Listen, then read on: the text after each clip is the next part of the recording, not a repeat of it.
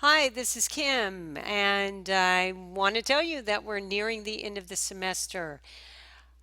We have about 3 weeks left. It seems amazing. Anyway, I hope you've learned a lot, and I want to give you the heads up on a couple things.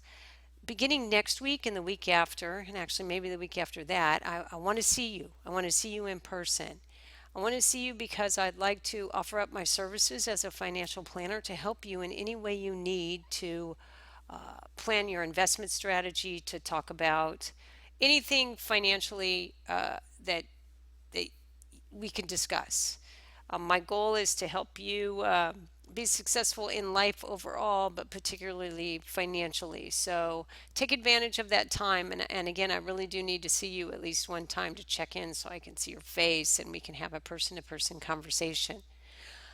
All right, so moving forward, this is week 13, and there's a couple of things I want to point out. First of all, your homework is right here, and it is not this homework. It is, let me go back to your class. It is just a set of simple questions. I want you to do this homework before you do your project because you're going to need to understand Sharp, Trainer, and Jensen measures when it comes to assessing mutual funds. It's really important that you understand those first. So, Chapter 13 is all about putting together your portfolio, and there's a separate project associated with that. But again, do this Sunday. I want you to summarize these in your own words, and then I want you to apply these measures to this mutual fund, VDIGX, and let me know what you find out. So it's you need to do a bit of reading, and then you need to do an evaluation, but it's not going to kill you or anything like that. The big project is your individual portfolio project, and that is due by next Thursday. So you have plenty of time to complete it. Now, I say that, I give you extra time to complete it, and yet what I learned over Easter break is that most people wait until the very last minute to do things. So maybe you'll think differently on this one because we want to start wrapping this stuff up. So let me pop into your individual portfolio project, which is here. Again, it's due Thursday, April 27th. It's worth 50 points. It is 10% of your grade. Way back when, at the beginning of class, you wrote an investment policy statement and included these sections. So I want you to go way back to the beginning of class and pull this information and fix it if necessary. So summarize your current financial situation. Where are you currently with do you own a home with a balance sheet, for example? What are your assets? What are your liabilities? What's your current situation? Next, what are your investment goals? Do you want to buy a car? Are you getting married? Do you want to save up money for college? Do you want to start uh, an emergency fund? Do you want to continue to build your retirement account? Do you want to invest in a Roth? Whatever. What are your goals specifically? Uh, in terms of investment philosophy here, I really want to understand your risk tolerance. I mean, if you're 20 years old and you're not putting yourself out there in the stock market, I really want to understand why you're not doing that. Again, I'm significantly older than that, and I still have exposure in the stock market because I guess I'm a strong proponent of American business and international business for that matter. So I wanted you to talk a little bit about your risk tolerance and then your investment, again, your investment selection guidelines, and then who's selecting and monitoring your investments. Are you using a planner? Are you doing it yourself? Are you going to talk with me about that so we can work on that together? So after you update that section, and I'd like you to read it and update it, I want you to add narrative on your asset allocation. So your asset allocation specifically is your distribution of your money across real estate, cash, uh, stocks, bonds in terms of mutual funds or ETFs, whatever you buy, and then maybe an international component, etc. I want to know what your asset allocation is. Next, I want to know your short-term investments or your cash alternatives. Where do you hold your emergency fund? I hold my emergency fund in a virtual bank account called Ally Bank. Why do I hold it there? Because it has a significantly higher interest rate than my conventional bank, which is school's financial credit union, except for the first $500. It's slightly inaccessible to me because I have to transfer money online. But I make a little bit of an interest rate boost. That's why I put it there. It's cash. I just pulled into cash. My daughter ran into my husband's car over the weekend and put a 16-inch scratch into it, and those are the type of situations which call for me to pull out my emergency fund money and pay to have my husband's car fixed before he comes home from a business trip.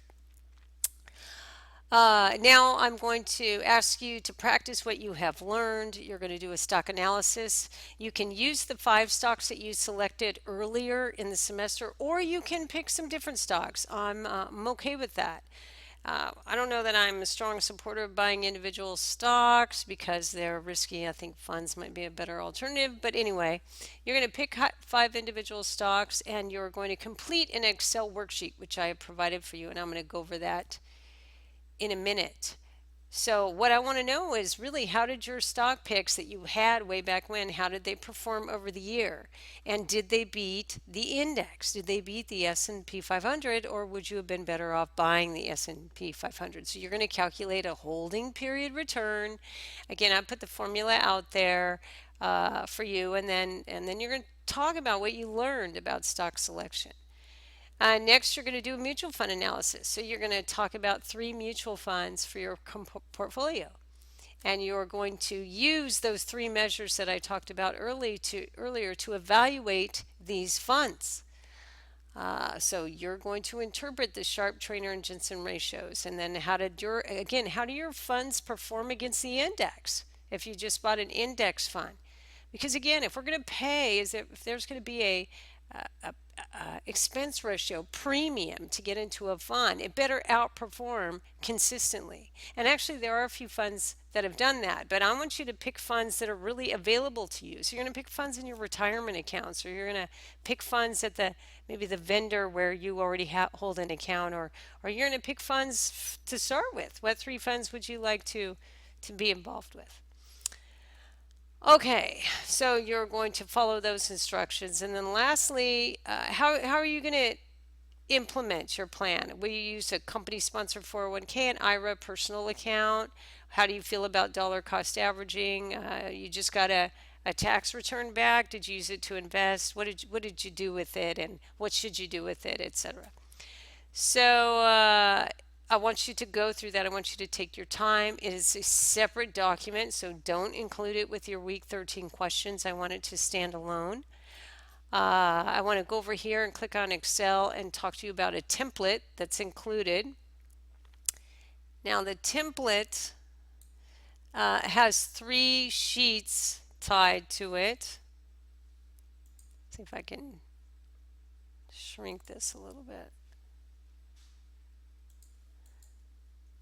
So the three, oh, I don't have my border over here. Okay, anyway, the three sheets, this is your investor profile. This is where, again, I've given you some instructions on each page, so follow the instructions. Here's where I want to see your asset allocation. I want you to tell me if it's flexible or fixed weight, and you can find out what that means in the book. And then I really want you to what's your desired annual average return? What do you want return over time to be? I mean, as a planner, I go for 6 to 8% for returns on my clients' accounts, but what are you thinking? What do you think is your desired return? Again, so follow the questions here. That's just your overall portfolio objective and your specific financial goals. Specific are each identifiable with a number and a time frame. Your next tab over here is your stock analysis. So you're going to be filling in the blanks. You're going to put your five stock names here. So this is just an example. You're going to go find the opening price on January 4th, 2016 by looking at historical prices. Okay. Your purchasing cost on that date. And then the current price, what the price is right now. Okay. So then it's going to fill in a lot of blanks for you when you do this because a lot of these are formulas. You're going to get your unrealized gain or loss. I want you to put in your annual dividend, and over here in dividends received, and then over here I want you to calculate your holding period return, and I've given you the formula right there. So what was your holding period return given what did the S&P 500 return over the same time period? So you can mess with this a bit and you can tailor it to however you want, but I really want to know, are you picking stocks that are beating the S&P 500? So I don't want you to go find stocks that have done that. I want you to look at some stocks that I'd really like you to use the stocks you picked earlier. But again, you have some flexibility there. Next, I want you to go do a similar analysis, but with mutual funds. So you're going to key in your mutual fund that you like or an ETF.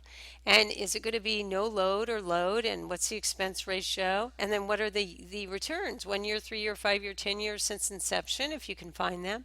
And then I want the Sharp, Trainer, and Jensen ratios. Okay, and of course the index isn't going to have a Jensen ratio.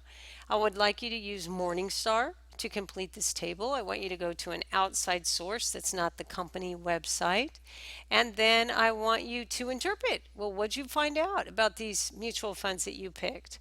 Are they seriously funds that you're going to go for? Because that's what we're looking for. We're looking for great investment opportunities. So again, you have some flexibility with that to pick funds and then interpret your results. Do the write up all on one document. Include, when you go to upload the files, make sure you include this table, the Excel file, with the write up together at the same time, so both of them will load. And I look forward to reading these. I'm just curious to see how you're doing and what you're learning and what you can uncover and find out for yourself. So again, those are due next Thursday. Week 13 homework is due on Sunday. I'll start putting a schedule out next week for next week and the week after to set up a time to meet with me. And probably for most of you, it'll be in the evening, and that's just fine. So have a great rest of the week, and I will see you soon.